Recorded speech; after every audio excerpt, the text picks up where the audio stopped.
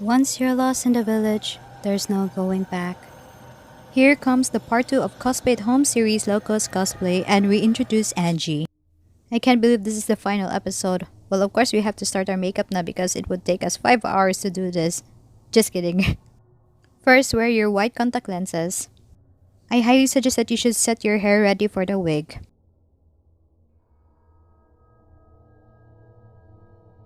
Apply the adhesive glue for the lace front wig. And while we wait for it to dry, we'll be drawing a part of Angie's face where there is this broken porcelain part of hers.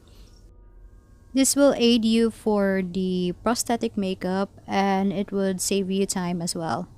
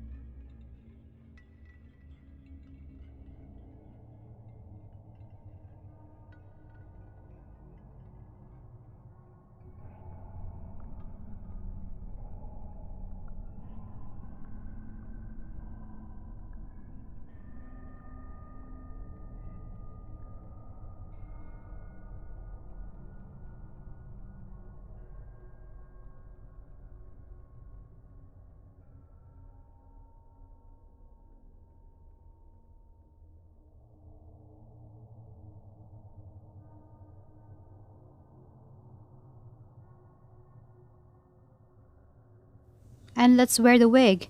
Oh yes, you notice that there is a flower decor there because I actually lost my flower headband. Actually a full flower headband. But yeah, I improvised it with one of my flower decors and glad it worked.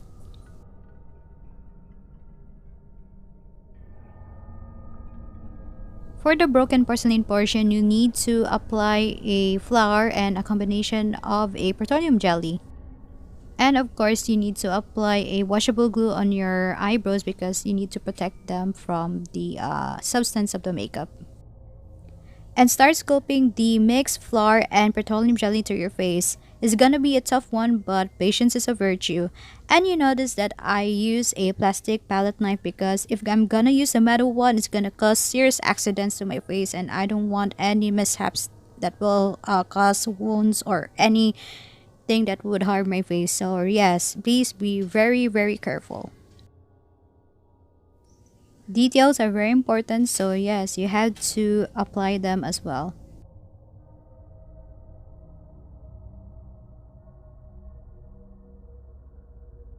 If there is a need to smoothen up, so please do so. And if you need some retouches, then you have to apply it as well because later on we'll be applying white face paint over this prosthetic makeup.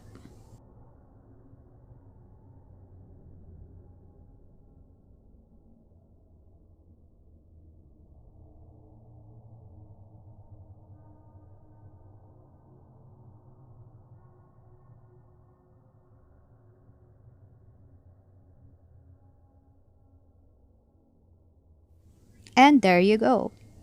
All done. Wait, not yet. And we'll be applying this white face paint over the bare face area. As for the prosthetic makeup, you'll apply it later on because we still need to dry it up.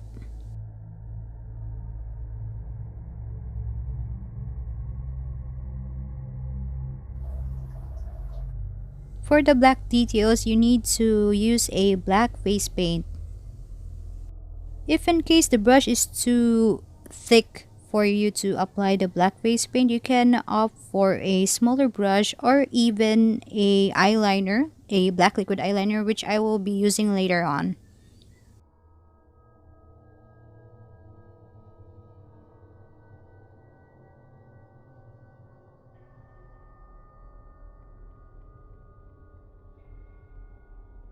And now for that broken effect on the prosthetic makeup. Actually, you're just gonna use again the plastic palette knife, but yeah, still be very careful. Even so, saying that it's a plastic palette knife.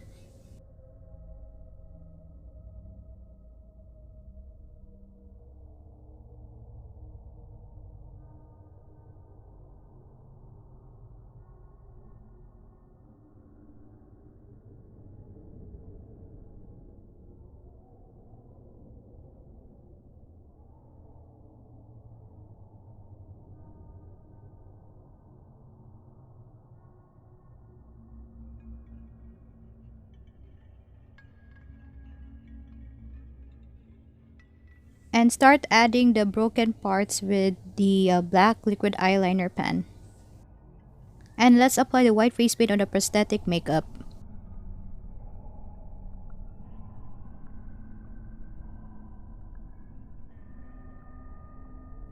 And if you got some gray eyeshadow, it will be better. But for me, I combined these two colors for the prosthetic makeup part.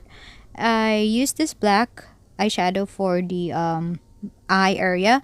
But for the porcelain makeup, I had to add a little bit of brown to make it look so gray. And I wanted to embody a very old porcelain doll. To make the eyes look appear not too sharp, I had to soften up the makeup a bit. And as well as I had to soften too at the same time with the other details of the makeup.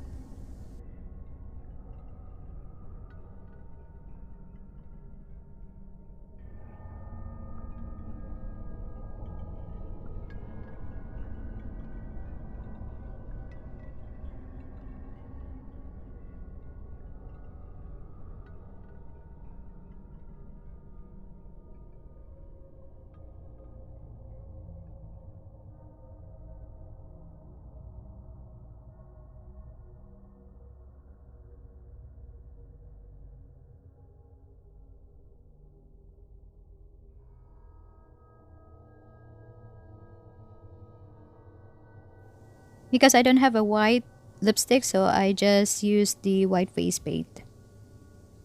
Apply it on the upper area and the lower part of area of your lips, and you need to apply a little bit of black on the center. And you start adding the other details on the area which doesn't have the prosthetic makeup.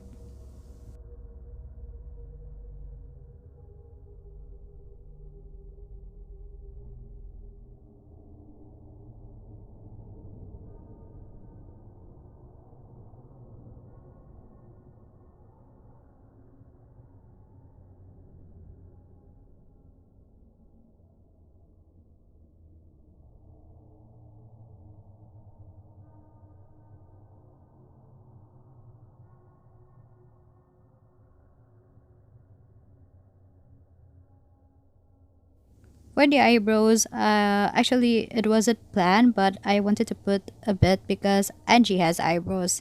You can really see that.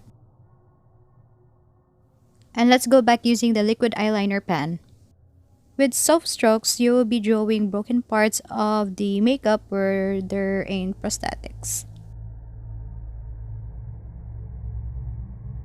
The toughest challenge of this is the body paint. Actually, I didn't plan on doing so, but because I have less materials and this is low cost cosplay, it's the one way that we can make it possible to look like Angie. And because I don't have a bronze type of face paint, I have to mix a blue and a yellow face paint. You start with the neck and yeah, work your way along with it. Apply it on your neck and on your forearm, both forearms. Because Angie has a choker and some accessories on her both forearms. And after that, you're gonna apply the white face paint. So in Angie's body, there are details of chains where the arms are attached to one another. So yeah, you're gonna draw them. As for my hands, I had to illustrate some shadows that they are like being attached to one another. So yeah, it's really doll-like type of makeup. What you need to be very careful about this makeup is that it will stain a lot. So yeah, see? That's what I told you. For this low-cost cosplay materials, you only need the following, as listed on the screen. So there's an ivory lace wheel, an ivory gown, and some fall flower tiara or flower decor. That's it. The longer the lace wheel, the better because you need some details on your costume to make it look like Angie's. And here's the final look of Angie. A surprising fact, I don't like creepy dolls, but yeah, I eventually did this cosplay because I love Donna Benevento so much, and she's my favorite character in the Resident Evil Village game. It is such a bittersweet to end this series, but I am wanted to thank you all for watching the Cosplay at Home series Locust Cosplay episodes. Thank you and happy Halloween!